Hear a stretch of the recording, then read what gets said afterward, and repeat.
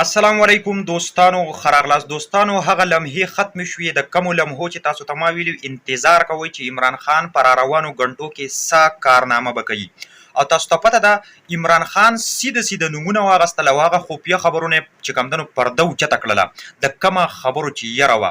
تاسو ته پته ده عمران خان چې کم دی نو هغه وکړه چې یقین وکړئ چې کومه شپه باندې عمران خان حکومت لرې کړلی شوی په هغه شپه باندې څه معامله شوې وه، څه ډرامه شوې وه، څه قصه پیسه شوې وه، عمران خان ته څنګه یو دوکه میلاو شوله او څه وشو.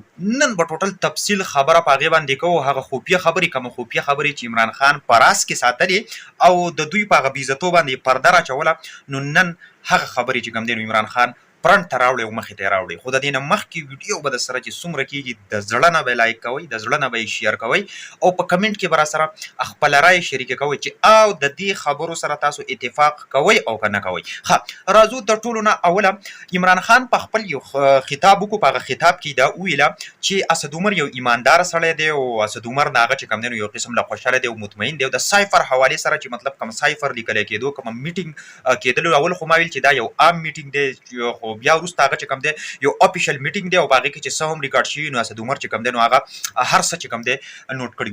اوس عمران خان ویل چې کله ماته دا سایفر میلاوېدو، یعنی مطلب هغه خط د کومه خط د وجې نه چې د عمران خان حکومت دړې وړې شوی و او پی ډي ایم راغلی و، ټیک شوله. نو د دغه سایفر د میلاوېدو نه مخکې چې کوم دی نو ماته آی بي ولوي، یعنی مطلب چې کومه سویلین انټیلیجنس ایجنسیانې ادارې دي چې هغه ډایرکټ عمران خان ته چې کوم دی نو هغو به معلومات را رسول، انفارمیشن به را رسول. نو د دغې نه مخکې ماته چې کوم دی نو آی بي وله به وي چې یاره کله د جنرال باجوه د پلاني رشته داره په کور کې میټینګونه کېږي او کله یو ځای کې میټینګونه کېږي او کله بل ځای کې، خو ما پې غوږ نه ګروئ، ما چې زه مړه خیر دی کېږي بس پته نشته دی، لکه ما هغه خبره سیریس نه اخسته. عمران خان دا خبره منیم چې دا زما د ټولو نه غټه غلطي وه چې په دې خبرو باندې یعنی ما مطلب سیریس مې نه اخیستلې.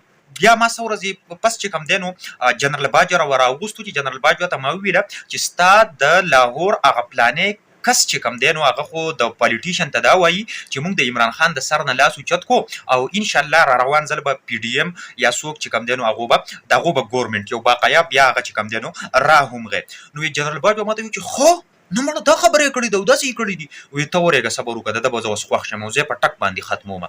دا وایي جنرال باجوه ما ته وویله. دا ټول نه اهم خبره یو دا ډیره زیاته ډسکس کړه چې کله عمران خان جنرال باجوه دی یا د یو پولیس اداره یا دی یا یو عدالت کې څوک ټارګټ کوي نو سازش والا نه دي، دا سازش والا دوی ټول پوج بیا یادوي، ټول چې کوم عدالتي نظام دی هغه یادوي، ټول پولیس یادوي. نو عمران خان دا خبره کولاو کړله چې ګورئ همیشه که زه په یو پولیس تنقید کوم نو ګورئ زما به صرف مراد هغه یو پولیس یا هغه انفرادي کس به یو کس به ټوله اداره تاسو هغې له هوا مه ورکوئ. تاسو هغه چې کوم دی نو یا که زه په پوج کې یو کس یادوم نو صرف دغې کس به زه خلاف یم. ټول پوج زه نه یادوم، نو ما ټول پوج تر اوسه پورې ټول پوج ټارګټ کړی دی، خو دغه سازش والا خلک دی چې هغه دې خبرو لس هوا ورکړي او په ټول هر څه ماته مسلې او مسایل جوړوي. نو لهذا دا یې پکې ډېره زبردست او یو اهمه خبره وکړله چې همیشه ټول خلک نه بدنامول پکار چې کم کس د سره زیاتې کړی هم هغه. نو اوس خبره دې ځای ته ورسېده چې کله جنرال باجوه ما ته بیا ووایي چې دغه کس به زه لرې کړمه، بیا هغه کس تر اوسه پورې چې کوم دی نو لرې کړی شوی نه دی او هېڅ قسمه څه ونه شو. چې کله بیا ماته سایفر میلاو شو غوږ کېږدئ چې کله بیا ماته سایفر میلاو شو نو زما دا غوږونه چې کوم دی نو مطلب داسې حیرانه شو، ودرېده نیغ چې یاره هم زما خلاف سازش روان دی، هم زما او په سایفر کې تر ټولو ناوله لیکلی شوي چې عمران خان کو هټاو. نو اوس عمران خان کو هټاو عمران خان لرې کا دا یې چا ته لیکلي وو؟ ظاهره خبره ده چې د ټولو نه پاورفول طاقتور سړی څوک دی هغه جنرال باجوه و په هغه وخت کې. نو دا اشاره یې جنرال باجوه ته کړې وه چې عمران خان لرې کا. یو پوینټ نمبر 1 چې کوم دی نو په هغې کې دا لیکلی شوی. دویم د عمران خان چې کوم خطاب په هغې کې دا مو ویله چې د لابینګ په ذریعه باندې چې کوم دی نو حسین حقاني دوی هایر کړلو، ټیک شوله، صرف او صرف د دې دپاره چې دا ثابته کړي چې جنرال باجوه پرو امریکن دی او زه انټي امریکن یم، یعنی د امریکا مکمل خلاف یم، یعنی دا یې په هغې کې ظاهره وله. بیا اوس راځو چې بلې پکې دا خبره کړې وه چې وروسته چې کومه دوره عمران خان کړې وه نو ده دا په خپل سر باندې کړې وه، د هېڅ چا سره یې مشوره نه ده کړې، د هېڅ چا سره یې تپوس نه دی کړی او وروره په خپله مرضۍ باندې تللی دی.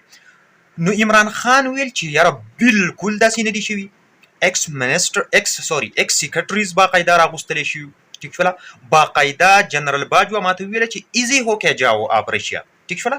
ته مطلب دا دی چې ټینشن فری هوکر لاړ شه رشیا ته، او د رشیا سره چې کوم دی د غنمو مسله م وه، غنم چې کوم دی نو ارزان هم پکارو، مسلې مسایل وه، دوی ماته ووي، دوی مونږ فیصله وکړه، ښه کمباین میټینګ هم وکړو، او د هغې نه پس زه رشیا ته لاړ یم. نو لهذا په سایفر کې چې کومه خبره وه چې بایي زه یوازې رشیا ته تللی وم، په خپل مرضۍ باندې تللی وم، نو دا خبره ټوټلي غلطه ده. او بیا چې کله زه رشیا ته لاړم، ولته کې ډیل ما وکړو، نو ما ته جنرال باجوه ډایرکټ څه ووي چې اوس ته چې کوم دی نو د رشیا خلاف خبرې وکړه، یعنی د رشیا باندې چې کوم دی نو تنقید وکړه، ټیک شوله، مذمت وکړه د رشیا.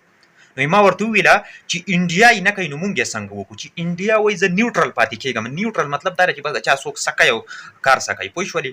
او دا دی چې که یو ته وچ برناقضان په یو شي کې وراچې نو ته خو ځان ته مسلې پیدا کوې که نه. نو چې انډیا ځان ته مسلې نه کریټ کوي، نو ولې مونږ ځان ته کریټ کوو؟ دا دی چې انډیا نیوټرل پاتې کېږي، نو مونږ دې هم نیوټرل پاتې شو که نه. ته ورلې په ما دلته ډیل وکړو، په ما دې قصه خبره وکړله، او تو بیا راشي ما ته وایې چې بایي د هغې مذمت وکړم، خو دا خبرې تا ته څوک کوي؟ دا خبرې تا ته څوک کوي؟ تاسو په خپله باندې په دې پوهېږئ چې دا خبرې د کوم ځای نه راځي او څوک یې کوي، ټیک شوله. نو یو خبره خو چې کوم ده نو اهمه پکې د رشیا حوالې سره دغه ډسکس کړله. اوس ملګرو دا هغه غرضي خبرې وې، مقصدي خبرې وې.